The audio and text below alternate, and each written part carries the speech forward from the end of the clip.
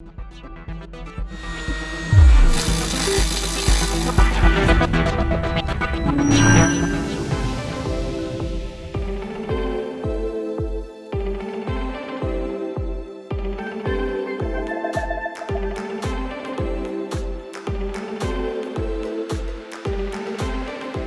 Broadheads. I've been using them for several years. You probably know that.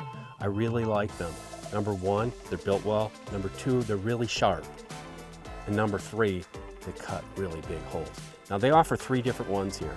And a question that I get a lot is, which one should I use? They have 1.5, 1.7, and 2.1.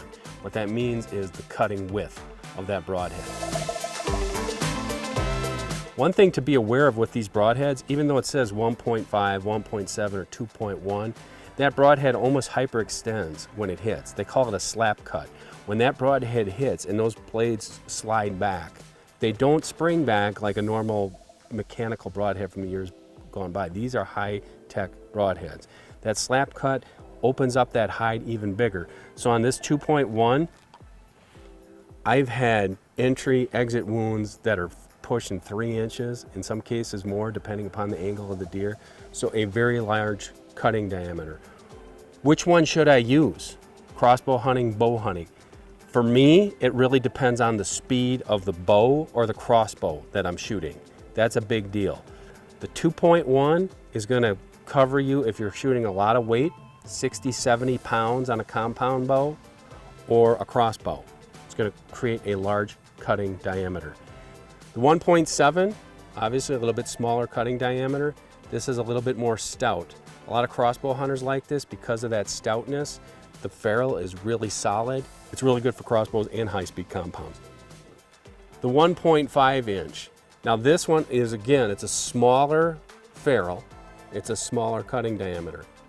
What is this good for? A lot of guys like it for long-range shooting. Some of the guys that shoot a lot of high-weight compounds, they like this for antelope hunting, for long-range deer hunting.